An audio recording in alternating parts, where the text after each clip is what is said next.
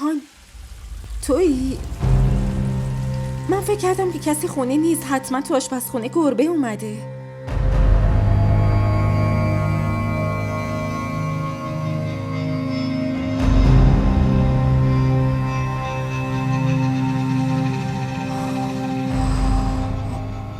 گربه بود.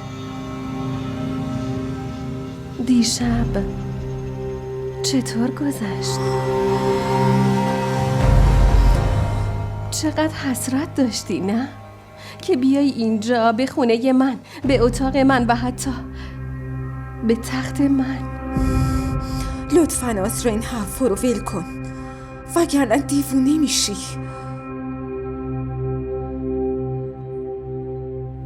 من که دیوونه بودم، دیوونه هستم و الان دیوونه تر میشم.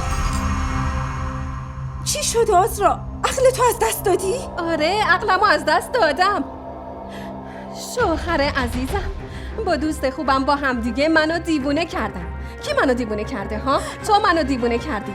تو و شاهمیر با هم دیگه آزرا رو دیوونه کردین. شما دوتا منو دیوونه کردین و من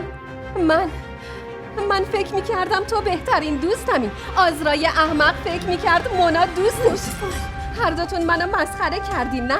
دوتایی به هم خندیدین و گفتین آزرا دیوونه است، از عقلشو از دست داده. شما دوتا با هم منو دیوونه کردین. میفهمی دیوونم کردین. لطفاً با شاهمیر دست به یکی کردین و منو مسخره میکنین ها؟ شبا کنار اون میمونی ببینم راحت خوابت میبره. تو چرا از اول نگفتی که دوستش داری؟ تو منو دیوونه کردی. کجا فرار میکنی؟